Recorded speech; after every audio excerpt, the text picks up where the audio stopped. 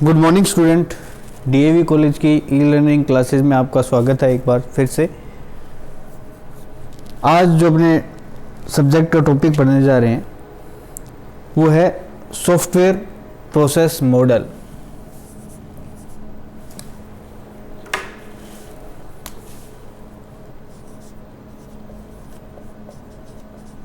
Software process model. इससे previously अपनों ने सॉफ्टवेयर के बारे में पढ़ा था कि सॉफ्टवेयर क्या होता है, क्या उसके टर्म्स हैं। आज अपने पढ़ने जा रहे हैं कि सॉफ्टवेयर मैन्युफैक्चरिंग या सॉफ्टवेयर डेवलप करने के लिए स्टेप्स को, कौन कौन से स्टेप्स को फॉलो करना है। ठीक है, तो सबसे पहले जो सॉफ्टवेयर प्रोसेस को समझने से के लिए कि आपको कोई सॉफ्टवेयर डेवलप करना है तो आपकी रिक्वायरमेंट्स क्या हैं, वो चीज़ आपको पता होनी चाहिए। उसका पर्पस क्या है, कौन कौन से गोल आपको अचीव करने हैं उसके अंदर, ये चीज़ें, और कौन सी टेक्नोलॉजी यूज करते हो उसके अंदर, स्टेप्स कैसे यूज करोगे, ये सारी चीज़ें आपको पता होनी चाहिए। तो सॉफ्टवेयर प्रोसेस मॉडल एक ऐसा प्रोसेस बताता है या ऐसे स्टेप्स बताता है जिसके द्वारा या जिन स्टेप्स को फॉलो करके अपने सॉफ्टवेयर को डेवलप करते हैं। तो सॉफ्टवेयर डेवलप करने के लिए सबसे पहला जो मॉडल है वो है linear sequential model.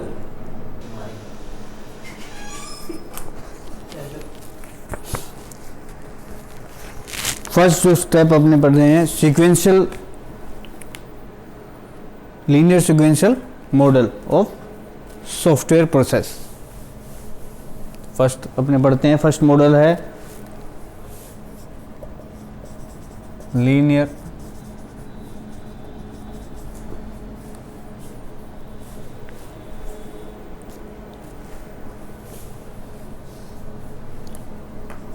Sequential model. ठीक है, लीनियर सीक्वेंशियल मॉडल बोल सकते हैं या इसको वाटरफॉल मॉडल बोल सकते हैं।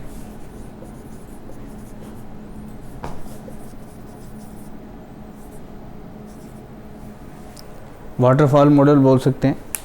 इसको वाटरफॉल या लीनियर सीक्वेंशियल मॉडल किस लिए बोलते हैं, इसकी वजह ये है कि इसमें स्टेप्स सीक्वेंस में ही एग्जीक्यूट होते हैं। ठीक है, तो इसमें किस तरीके से इसमें एग्जीक्यूट होंगे, स्टेप्स कैसे होंगे। इसका पहला होता है रिक्वायरमेंट सेक्शन।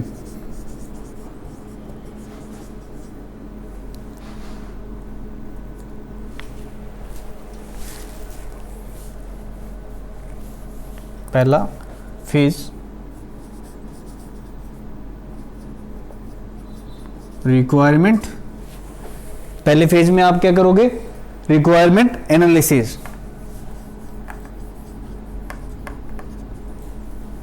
First phase. ठीक है, second phase system design.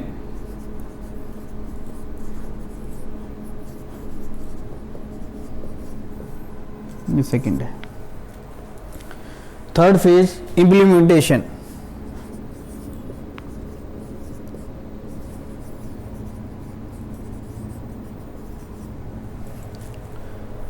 Fourth phase testing.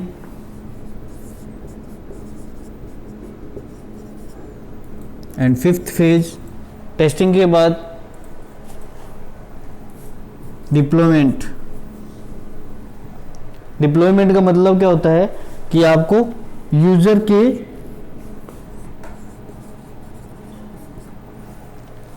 जो आप वर्किंग एरिया है उसके अकॉर्डिंग आपको आपका सॉफ्टवेयर डेवलप करके उसको देना है। एंड सिक्स्थ होता है मेंटेनेंस।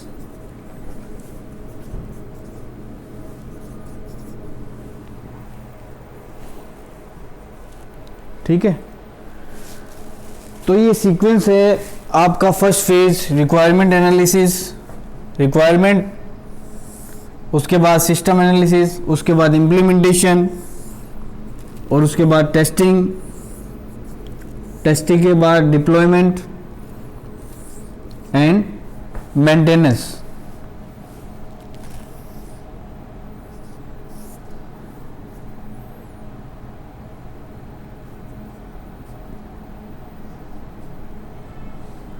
ठीक है, देखिए फर्स्ट फेज की बात करते हैं अपने लीनियर सीक्वेंशियल मॉडल में। फर्स्ट मॉडल है, सबसे पहले रिक्वायरमेंट एनालिसिस अपने पढ़ते हैं कि रिक्वायरमेंट एनालिसिस में क्या चीज़ देखी जाएगी कि आपकी जो सॉफ्टवेयर जो आप डेवलप करना चाह रहे हो उसकी रिक्वायरमेंट क्या है।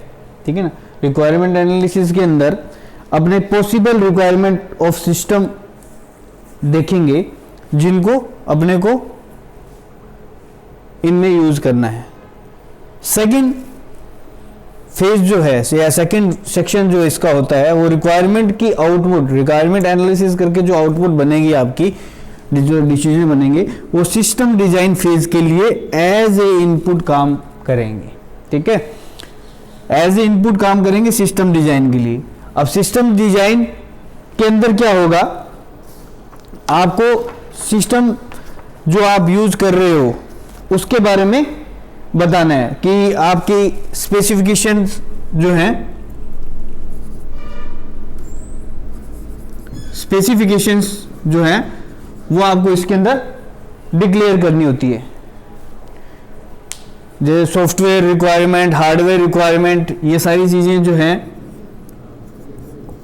वो आपको इसमें डिस्क्राइब करनी होती है। एंड जो सिस्टम डिजाइन की जो आउटपुट होंगी वो इंप्लीमेंटेशन सेक्शन में जाएंगी, जो क्या करेंगी, फंक्शनैलिटी डेवलप करती हैं। जो फंक्शनैलिटी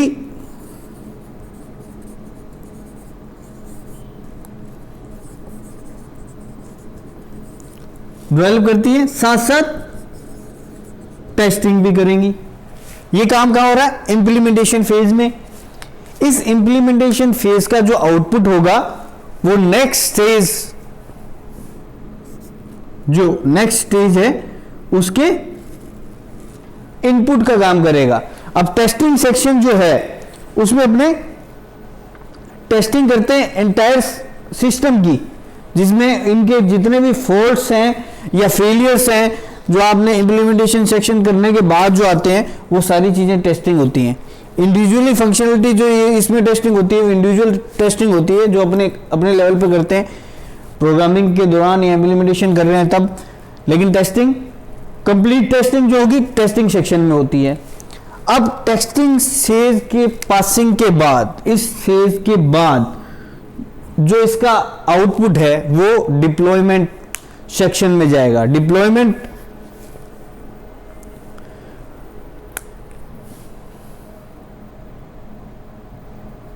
डिप्लॉयमेंट सेक्शन जो है वो क्या करेगा, deployment section customer environment provide करता है जो आप मार्केट में रिलीज कर रहे हो, जो सॉफ्टवेयर उसके रिक्वायरमेंट को रिलीज करता है।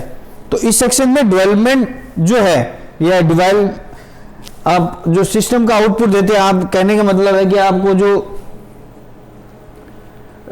सॉफ्टवेयर का आउटपुट सेटअप फाइल जो बनती है वो यहां बनती है।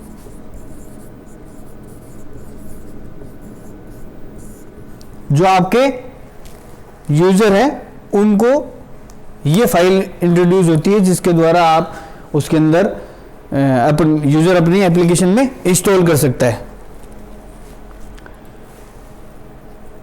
इस डिप्लॉयमेंट के बाद आपने सॉफ्टवेयर रिलीज कर दिया और सेटअप फाइल आपको इंट्रोड्यूस करके यूजर्स को दे दी। उसके बाद मेंस जो सेक्शन बचता है जिसके कारण उसके रिव्यूज बढ़ते हैं या क्वालिटी इंप्रूवमेंट होती है, वो चीज है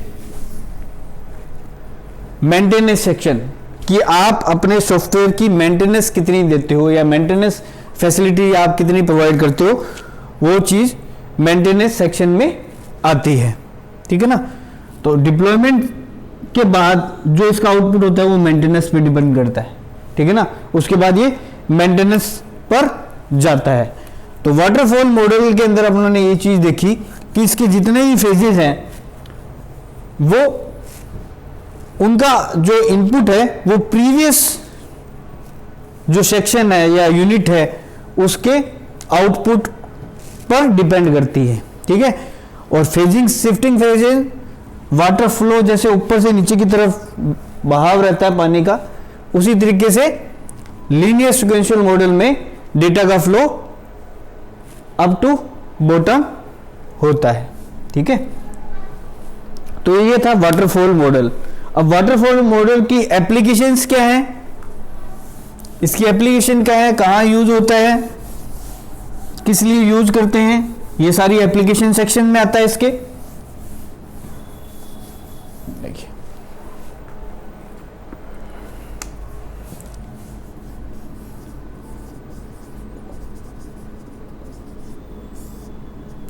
एप्लीकेशंस कौन कौन सी है, वेल डॉक्यूमेंटेड है ये। ठीक है ना, पहली एप्लीकेशन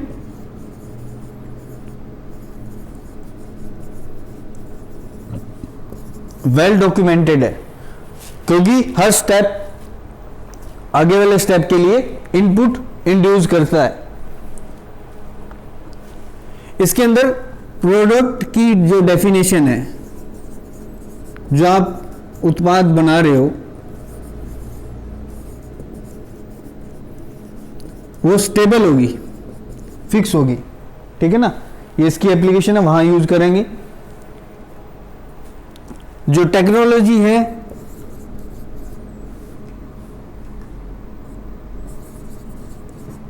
वो नॉट डायनेमिक, डायनेमिक नहीं होती है, वहां यूज करते हैं इनको। और छोटे प्रोजेक्ट जो स्मॉलर प्रोजेक्ट्स होते हैं,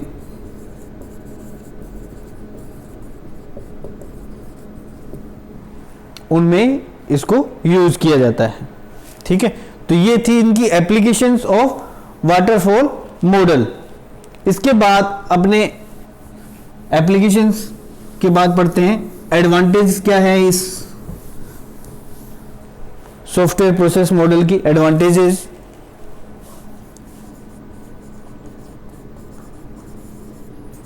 एडवांटेज क्या है, तो एडवांटेज के अंदर बात करते हैं, जो बेसिक फीचर्स जो हैं वो है, पहला इजी टू अंडरस्टैंड। जैसा कि आपने अभी देखा है कि आप इसे आसानी से समझ सकते हैं, तो ये इसकी एडवांटेज है। पहली एडवांटेज ये है कि इसको आसानी से समझा जा सकता है। एंड सेकंड एडवांटेज आप कह सकते हो, जितने भी फेजेस हैं, ईच फेजेस या स्टेप्स जो इसकी अपने बात कर रहे थे, पहला रिक्वायरमेंट एनालिसिस, ठीक है ना, तो उनकी बात करते हैं। ईच स्टेप्स जो हैं या ईच फेजेस जो हैं वो प्रोसेस और कंप्लीटेड एक टाइम में होते हैं।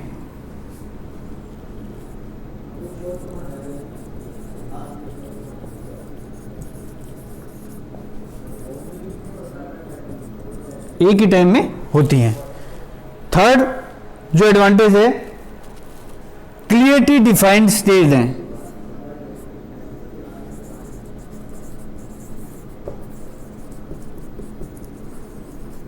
क्लियरली डिफाइंड स्टेजेस हैं इसकी, और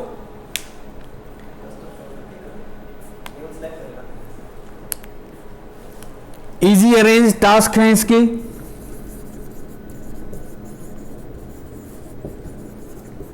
मतलब जितने स्टेप्स है या जितने फेजेस हैं सब इजीली वर्क कर सकते हैं, इंडिविजुअली वर्क करते हैं और नेक्स्ट के लिए आउटपुट बनाते हैं। ठीक है ना, इसमें एक फेज दूसरे फेज का आउटपुट जो होगा वो इनपुट के रूप में काम करेगा।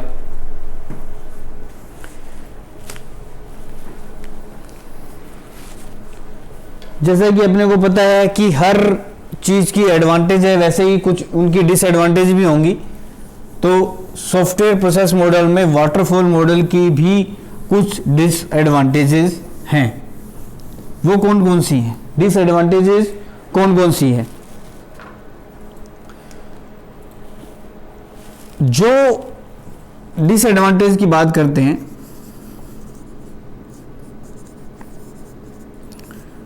इसमें सबसे पहली डिसएडवांटेज ये है कि कोई वर्किंग सॉफ्टवेयर नहीं है तो वो कभी भी प्रोड्यूस नहीं होगा during the life time cycle. जो आपका टाइम साइकिल है उसके अंदर भी प्रोड्यूस नहीं होगा, प्रोसेस चलता रहेगा लेकिन वो प्रोड्यूस नहीं होगा। ये इसकी डिसएडवांटेज है। दूसरा, high amount of risk and uncertainty. High amount risk कैसे है?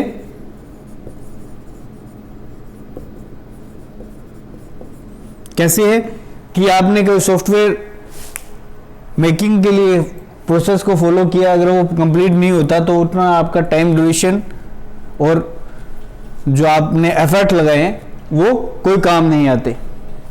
ये भी इसका एक डिसएडवांटेज है। यह कॉम्प्लेक्स मॉडल्स के लिए या कॉम्प्लेक्स वर्क के लिए सुटेबल नहीं है।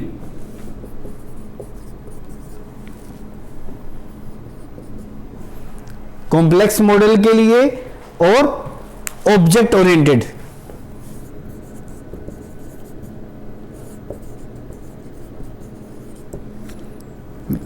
इन दोनों चीजों के लिए ये सुटेबल नहीं है। ये मॉडल इन दोनों के लिए सुटेबल नहीं होता। दूसरा, लॉन्ग या लार्ज प्रोजेक्ट्स हो उनके लिए भी ये नॉट गुड है, अच्छा नहीं है।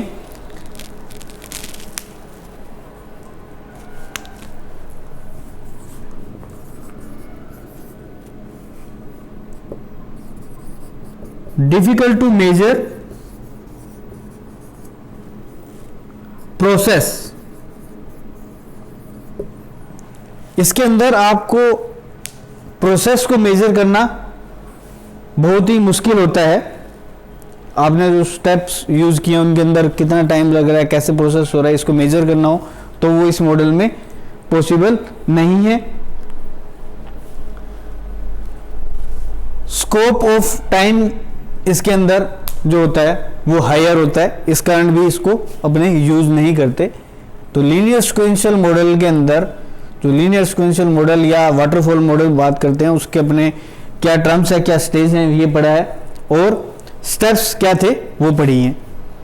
इसके बाद अपने इसके एडवांटेज क्या हैं, कहाँ यूज होता है, एप्लीकेशंस क्या हैं, और डिसएडवांटेज पढ़ी हैं। नेक्स्ट क्लास में अपने इससे आगे का टॉपिक पढ़ेंगे। इससे रिलेटेड कोई डाउट्स हो तो आप डाउट्स क्लास में पूछ सकते हो। Thank you.